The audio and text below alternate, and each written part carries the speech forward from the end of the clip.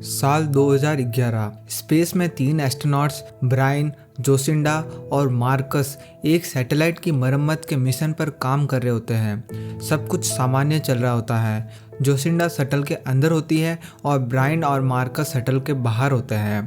तभी अचानक उनके सिस्टम खराब होने लगते हैं और उनके सामने कुछ ऐसा आता है जिसे देखकर उनके होश उड़ जाते हैं। एक अजीब धातु जैसी काली नैनोबाइट्स के झुंड वाली चीज़ जो किसी जीवित मशीन जैसा लग रहा था, वो उनकी ओर तेज़ी से बढ़ता है और सीधा उनके शटल से टकरा जाता है। इस टक्कर से जोसिंडा बेहोश हो जाती है और मार्कस का सेफ्टी वायर टूट जाता है। ब्रायन उसे पकड़ने की कोशिश करता है, लेकिन शटल की खिंचाव से उसका अपना तार भी खिंच जाता है और देखते ही देखते मार्कस अंतरिक्ष की अनंत गहराई में खो जाता है। ब्रायन शटल में वापस लौट आता है और मार्कस से संपर्क करने की कोशिश करता है, लेकिन सभी सिस्टम बंद होते हैं। वो किसी तरह धरती पर वापसी का तरीका खोजने की कोशिश करता है, पर उसे यह एहसास नहीं होता कि वही काला झुंड अब चुपचाप चांद की सतह पर एक गड्ढा करके उसके अंदर जा चुका है। ब्रायन बिना किसी ऑटो पायलट और पावर के अपने एक्सपीरियंस के दम पर शटल को सुरक्षित धरती पर उतार देता है। शुरुआत में उसे एक हीरो की तरह सम्मान मिलता है, लेकिन 1.5 साल लंबी जांच के बाद किसी को भी उसकी कहानी पर विश्वास नहीं होता, क्योंकि जोसिंडा इस केस से निकलने और अपनी नौकरी बचाने के लिए कहती है कि वह उस वक्त बेहोश थी और इस वजह से उसने कुछ भी नहीं देखा। ब्रायन को यह सुनकर बहुत दुख हुआ कि उसके दोस्त ने खुद को बचाने के लिए ब्रायन को फंसा दिया, पर अब ब्रायन के पास बचने का कोई तरीका नहीं था। नासा ब्रायन को दोषी ठहराते हुए कहता है कि यह हादसा मानव गलती से हुआ है और उसे नौकरी से निकाल देता है। उसका घर भी चला जाता है और उसकी पत्नी ब्रेंडा अपने बेटे सनी के साथ उसकी मां के घर चली जाती है। अब इसके 10 साल बाद कैलिफोर्निया यूनिवर्सिटी में केसी हाउसमैन नाम का एक सफाई कर्मचारी दिखाया जाता है, जिसे एस्ट्रोनॉमी में काफ़ी दिलचस्पी थी। वो चुपके से वहाँ के एक प्रोफेसर के ऑफिस में घुसकर उनका कंप्यूटर इस्तेमाल करता है। वो चिली के नेशनल ऑब्जर्वेटरी के टेलीस्कोप में लॉगिन करता है और खुद को प्रोफेसर बताकर फ़ोन करता है और चांद के ऑर्बिट में आए बदलाव की सारी जानकारी अपने ईमेल पर मंगवाता है। इसके बाद वो वहाँ से निकलकर अपनी दूसरी नौकरी करने जाता है, जो कि फास्ट फूड कैशियर की होती है। लेकिन काम शुरू करने से पहले ही उसके फ़ोन पर वो ईमेल आ जाता है, जिसे देखकर केसी को यकीन नहीं होता, क्योंकि उसका मानना था कि चांद अपनी जगह से हट रहा है। और उस ईमेल में आई चांद के ऑर्बिट की जानकारी से केसी को ये पता लगता है कि चांद धीरे धीरे धरती की ओर गिर रहा है। वो तुरंत नासा को फ़ोन करने की कोशिश करता है, खुद को डॉक्टर बताकर, ताकि उसकी बात गंभीर लगे। लेकिन उसका कॉल सिर्फ नासा के गिफ्ट शॉप तक ही पहुंचता है, क्योंकि नासा के बड़े बड़े साइंटिस्ट के नंबर पब्लिकली अवेलेबल नहीं होते हैं। केसी फ़ोन पर बताता है कि मुझे इसी वक्त नासा के डायरेक्टर से बात करनी है, ये बहुत अर्जेंट है, पर कोई भी उसकी बात नहीं सुनता और उसका कॉल भी काट देते हैं। उधर जोसिंडा को सुबह सुबह काम पर बुलाया जाता है। वो अपने बेटे जिमी को उसके केयरटेकर मिशेल के पास छोड़कर स्पेस सेंटर पहुंचती हैं, जहां उसे बताया जाता है कि चांद की कक्षा में परिवर्तन आ गया है। नासा के सैटेलाइट ने चांद के सतह से निकली एक अजीब ऊर्जा को भी रिकॉर्ड किया है, जो उसी गड्ढे से आ रही है जहां ब्रायन ने सालों पहले नैनोबाइट्स के झुंड को देखा था। वहीं दूसरी ओर केसी बार बार कोशिशों के बावजूद भी अपनी बात किसी को समझा नहीं पाता। तभी उसकी नज़र अखबार पर पड़ती है। वो नोटिस करता है कि म्यूजियम में एस्ट्रोनॉट डे चल रहा है। इसी वजह से वहाँ पूर्व एस्ट्रोनॉट ब्रायन एक लेक्चर के लिए आने वाला है। केसी सोचता है कि शायद ब्रायन उसकी हेल्प कर सके। वो तुरंत अपने सारे रिसर्च पेपर लेकर वहाँ पहुँच जाता है। वहाँ बच्चों का एक ग्रुप होता है जिन्हें ब्रायन लेक्चर देने वाला होता है, मगर क्योंकि ब्रायन लेट हो गया था तो केसी मौका देकर अपनी थ्योरी उन बच्चों को बताने लगता है। केसी को लगता है कि चांद नेचुरल नहीं है, बल्कि आर्टिफिशियल ऑब्जेक्ट है जिसे एलियंस ने बनाया है। उसका मानना है कि चांद अंदर से खोखला है और उसके अंदर किसी तरह की मशीन है, जिसे साइंटिफिक भाषा में डायसन स्पेयर कहते हैं। फिर हम ब्रायन को देखते हैं, जो कि सो रहा होता है। अचानक मकान मालिक के चिल्लाने की वजह से उसकी नींद खुलती है। जब मकान मालिक उससे किराया मांगता है तो वो खिड़की से भाग जाता है और फटाफट म्यूजियम पहुंचता है। वहाँ केसी उसे रोककर अपनी खोज के बारे में बताता है, लेकिन ब्रायन उसे पागल समझकर बाहर निकलवा देता है। जाते जाते केसी अपने सारे पेपर्स ब्रायन पर फेंक देता है, जिन्हें ब्रायन बाद में कूड़ेदान में फेंक देता है। कुछ दिनों बाद ब्रायन को उसकी एक्स वाइफ ब्रेंडा का फोन आता है। वह ब्रायन को टीवी चालू करने के लिए कहती है। जब ब्रायन टीवी ऑन करके देखता है तो उसका बेटा सनी खबरों में आ रहा होता है, क्योंकि वो पुलिस के साथ हाई स्पीड चेज में पकड़ा गया है। अगले दिन ब्रायन अदालत में अपने बेटे की सुनवाई के लिए जाता है, जहां जज सनी के केस को पोस्टपोन कर देता है और कुछ दिनों के लिए सनी को जेल जाना पड़ता है। उधर केसी अपनी माँ से उसके घर पर मिलने जाता है। वह उसे सारी बात बताता है कि उसने एक बहुत बड़ी खोज की है, लेकिन कोई भी उसकी बात नहीं सुनता। तो उसकी माँ उसे कहती है कि फिर लोगों को सुनने के लिए मजबूर कर दो। उधर नासा में जोसिंडा अब डिप्टी डायरेक्टर अल्बर्ट को बताती है कि चांद की ऑर्बिट लगातार चेंज हो रही है और वह धरती के करीब आ रहा है, और इसी रफ्तार से 3 हफ्तों में चांद धरती के इतना करीब आ जाएगा कि वो टुकड़े टुकड़े होकर धरती पर गिरने लगेगा। जोसेंडा चांद पर मिशन भेजकर इसकी हकीकत जानना चाहती थी, लेकिन अल्बर्ट उसे रोकता है और कहता है कि जब तक इसका कोई सॉल्यूशन नहीं मिलता तब तक बिना सोचे कोई भी मिशन नहीं भेज सकते हैं। तभी उन्हें पता लगता है कि किसी ने ये जानकारी इंटरनेट पर लीक कर दी है और लोगों में अफरा तफरी मच गई है। अब ब्रायन सनी को छुड़ाने के लिए जज के पास रिश्वत देने के लिए पहुंचता है, तो वो देखता है कि लोग शहर छोड़कर भाग रहे होते हैं। उसे चांद के बारे में कोई भी खबर नहीं होती। घर जाकर टीवी चालू करने पर वो नासा के डिप्टी डायरेक्टर अल्बर्ट को प्रेस कॉन्फ्रेंस करते हुए देखता है। अल्बर्ट सबको दिलासा देते हुए कहता है कि घबराने की कोई बात नहीं है, हम लूनर रिकॉन मिशन भेज रहे हैं ताकि समस्या का समाधान किया जा सके। अब पूरी दुनिया में भगदड़ मच चुकी है, लोग शहर छोड़ रहे हैं, दंगे हो रहे हैं, दुकानें लूटी जा रही हैं। नासा SLS ब्लॉक 2 नाम का एक शटल भेजता है ताकि चांद के गड्ढे की जांच की जा सके। टीवी चैनल्स पर अब मेगा स्ट्रक्चर और षड्यंत्र की थ्योरीज चल रही हैं। ब्रायन ये सुनता है तो उसे केसी के बारे में याद आता है। वो म्यूजियम जाकर उस कूड़ेदान से केसी के पेपर्स ढूंढता है और उसका वेबसाइट देखता है। वेबसाइट से उसे पता चलता है कि केसी एक जगह पर इसी सिलसिले में एक मीटिंग करने वाला है। इसी बीच नासा का शटल चांद तक पहुंच जाता है। उसके बाद उस शटल से एक जांच प्रोब गड्ढे में भेजा जाता है, जो पहले नीचे जाता है, फिर अचानक किसी कारण से बहुत तेजी से ऊपर आने लगता है। तभी नैनोबाइट्स का झुंड उस प्रोब के साथ उस गड्ढे से बाहर आता है और शटल पर हमला कर देता है। सारे अंतरिक्ष यात्री मारे जाते हैं। उधर ब्रायन केसी की मीटिंग में पहुंच जाता है, जहां अजीबोगरीब ख्यालों वाले लोग बैठे होते हैं। वहां ब्रायन केसी को रोककर हॉल के बाहर ले जाता है और उससे पूछता है कि मुझे ये बताओ कि तुम ये सब नासा से पहले कैसे जानते हो। केसी उसे बताता है कि वो कई सालों से दूर ग्रहों पर एलियंस द्वारा बनाए गए मेगा स्ट्रक्चर्स की खोज कर रहा था। इसी दौरान उसने चांद पर भी रिसर्च की, जिससे उसे पता चला कि चांद भी उन्हीं में से एक है।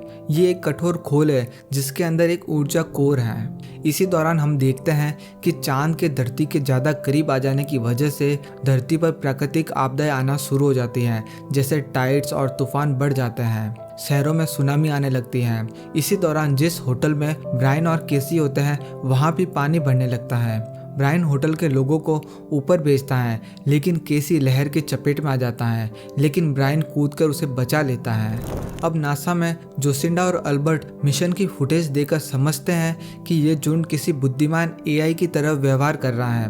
वीडियो देखने के बाद अल्बर्ट किसी कारण से इस्तीफा देकर जोसिंडा को नया डिप्टी डायरेक्टर बना देता है। जोसिंडा को समझ नहीं आता कि अल्बर्ट ने आखिर अचानक इस्तीफा क्यों दिया। ये बात जानने के लिए वो अल्बर्ट से पूछती है।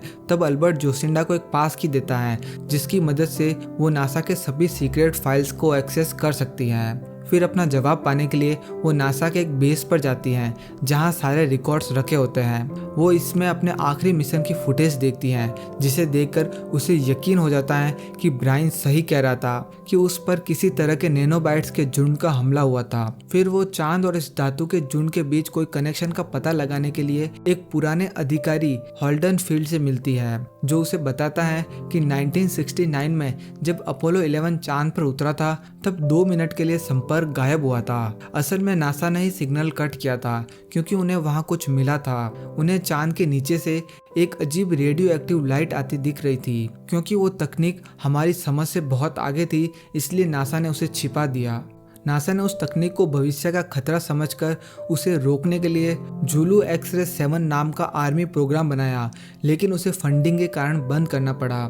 जोसिंडा सेना से इस मिशन को दोबारा शुरू करने के लिए मदद मांगती हैं, लेकिन वे इनकार कर देते हैं। उसका एक्स हस्बैंड डॉस भी आर्मी जनरल था। जोसिंडा उसे भी सारी बात बताकर उसे मदद के लिए कहती हैं, लेकिन डॉस उसे बताता है कि वर्ल्ड लीडर्स ने यह फैसला किया है कि चांद को कई सारे न्यूक्लियर मिसाइल्स की मदद से नष्ट कर दिया जाएगा। जोसिंडा उसे बताती है कि अगर ऐसा किया तो इसकी वजह से धरती का एटमॉस्फेयर पूरी तरह से खत्म हो जाएगा और सारे इंसान मारे जाएंगे। लेकिन डोस को इस प्लान पर भरोसा था। वो जोसिंडा से कहता है कि तुम हमारे बेटे जिमी को लेकर मेरे पास आ जाओ और हम किसी सेफ बंकर में चले जाएंगे। पर जोसिंडा उसे मना कर देती है और डॉस से कहती है कि अगर तुम जुलू एक्स-7 का EMP देने का वादा करते हो तो मैं उसे लॉन्च करके जिमी के साथ तुम्हारे पास आ जाऊंगी। डॉस ये बात मान जाता है। फिर जोसिंडा ब्रायन से कांटेक्ट करती है ताकि उसे इस मिशन में हेल्प मिल सके, क्योंकि ब्रायन एक बेहतरीन पायलट था। रात को एक हेलीकॉप्टर ब्रायन और केसी को उनकी बिल्डिंग से पिकअप करता है और जोसिंडा से मिलवाता है।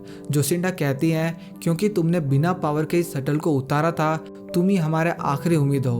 ब्रायन एक शर्त रखता है। वो कहता है कि अगर तुम मेरे बेटे सनी को जेल से छुड़वा देती हो तो मैं तुम्हारी मदद करने के लिए तैयार हूँ। डील तय होती है। अब क्योंकि नासा के पास कोई नया शटल रेडी नहीं होता, इसलिए वो म्यूजियम में रखे पुराने शटल को लाते हैं और उसे लॉन्च करने के लिए रिपेयर करने लगते हैं। इसी समय डॉज अपना वादा पूरा करते हुए जुलू एक्स-7 मिशन का EMP भिजवा देता है। आर्मी ऑफिसर उसे जोसिंडा और ब्रायन को देते हुए कहते हैं कि हमने इसे थोड़ा अपग्रेड कर दिया है ताकि इससे उस चीज को मारा जा सके। साथ ही वे उसे एक रिमोट देते हैं जिससे यह एक्टिवेट होता है और वहां से चले जाते हैं। अब धरती पर ज्वालामुखी, भूकंप और बाढ़ सब एक साथ आने लगते हैं। जोसिंडा अपने वादे के मुताबिक सनी को जेल से छुड़वा कर ले आती है। अब लॉन्च से ठीक पहले चांद से एक पत्थर का टुकड़ा आकर शटल को लगता है, जिसके कारण शटल का एक इंजन नष्ट हो जाता है, जिस वजह से मिशन रद्द करना पड़ता है क्योंकि सिर्फ एक इंजन से लॉन्च नहीं किया जा सकता। और इसी कारण वे सभी वहां से निकलने की तैयारी करने लगते हैं। तभी केसी नासा के 2 साइंटिस्ट के साथ एक कैलकुलेशन बताता है। वो बोलता है कि जब चांद धरती के करीब आएगा तब अगर हम लॉन्च करें तो चांद की ग्रेविटी के कारण सिर्फ एक इंजन के साथ भी लॉन्च किया जा सकता है। मगर क्योंकि जोसिंडा ने लगभग सभी लोगों को जाने के लिए कह दिया था, इसलिए अब उसके पास पूरा क्रू नहीं होता। इसी वजह से जोसिंडा भी क्रू में शामिल हो जाती हैं। आखिरी में टीम तैयार होती है। ब्रायन जो कि पायलट होगा, जोसिंडा जो कि नेविगेटर होगी और केसी जो कि उनका कैलकुलेटर होगा। तीनों अपने परिवार से आखिरी बार बात करते हैं। ब्रायन सनी को जिमी और उनके केयर टेकर के साथ एक गाड़ी में बिठाता है और उन्हें एक सेफ जगह बताकर वहां से भेज देता है। अब लॉन्च के समय एक विशाल वेव आती है जो लगभग उनका मिशन फेल कर देती है, मगर वे जैसे तैसे वहां से निकल जाते हैं। अंतरिक्ष में पहुंचकर वे चांद के ऑर्बिट में जाते हैं।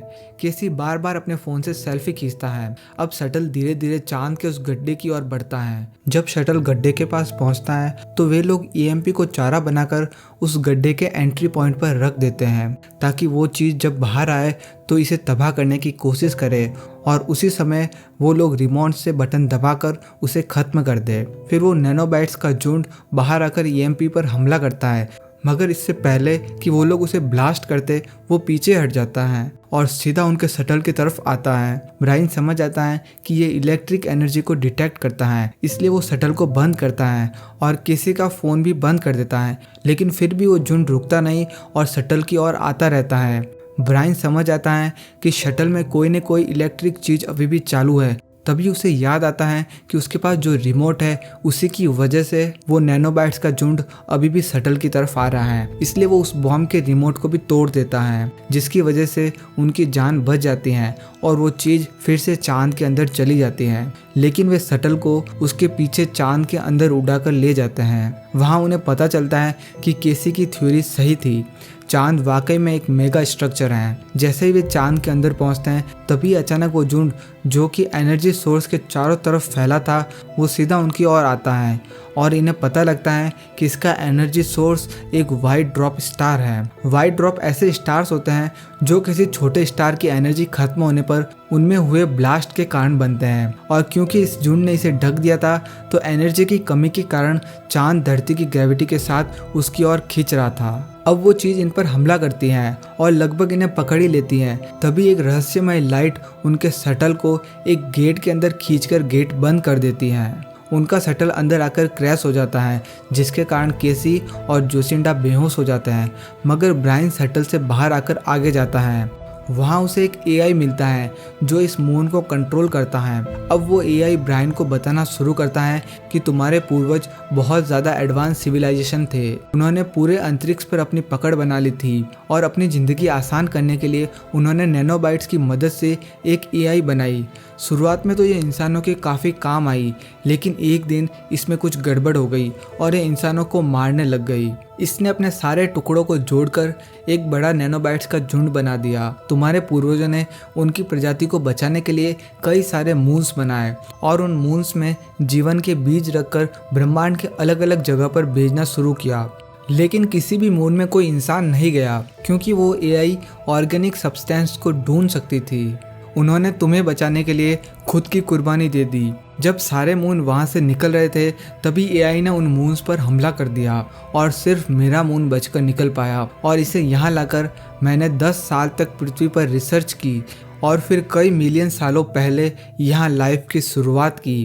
पर अब उस एआई ने हमें ढूंढ लिया है और अगर हमने इसे नहीं मारा तो इस बार इंसानी जाति पूरी तरह से खत्म हो जाएगी। इसलिए मैं तुम्हारी मदद करूंगा उसे खत्म करने में। अब जब केसी और जोसिंडा को होश आता है तब वे शटल से बाहर आकर देखते हैं कि यहाँ पर कई सारे एडवांस शिप पड़े हैं। तभी ब्रायन वहाँ आता है और उन्हें सारी बात बताता है। फिर वे लोग उस एआई को खत्म करने के लिए निकल जाते हैं। इसमें उस मून का एआई भी उनकी मदद करता है और उनकी शिप और बॉम्ब को अपग्रेड कर देता है। फिर ये उस नैनोबाइट्स के एआई के झुंड को अपने पीछे लगाते हैं और क्योंकि उस बॉक्स का रिमोट तोड़ दिया गया था, इसलिए ब्रायन कहता है कि मैं खुद इसे लेकर बाहर जाऊंगा और जब वो झुंड मुझ पर हमला करेगा तब मैं इसे मैन्युअली ऑन करके उसे नष्ट कर दूंगा। मगर केसी उन्हें बिना बताए खुद को ईएमपी वाले कमरे में बंद कर देता है और उन दोनों को बाय कहकर उस एआई को मारने के लिए अकेला ही चला जाता है। और जैसे ही वो केसी पर हमला करता है तो केसी बॉम्ब को एक्टिवेट करके खुद के साथ उस एआई को भी खत्म कर देता है। एआई के नष्ट होते ही मून वापस अपने ऑर्बिट में चला जाता है और जोसिंडा और ब्रायन पृथ्वी पर लौट आते हैं और इसी के साथ ये मूवी खत्म हो जाती है। दोस्तों, अगर आपको हमारा एक्सप्लेनेशन पसंद आया तो इस वीडियो को एक लाइक और चैनल को सब्सक्राइब ज़रूर करें। मैं आपसे फिर मिलूँगा किसी और वीडियो में। Thank you.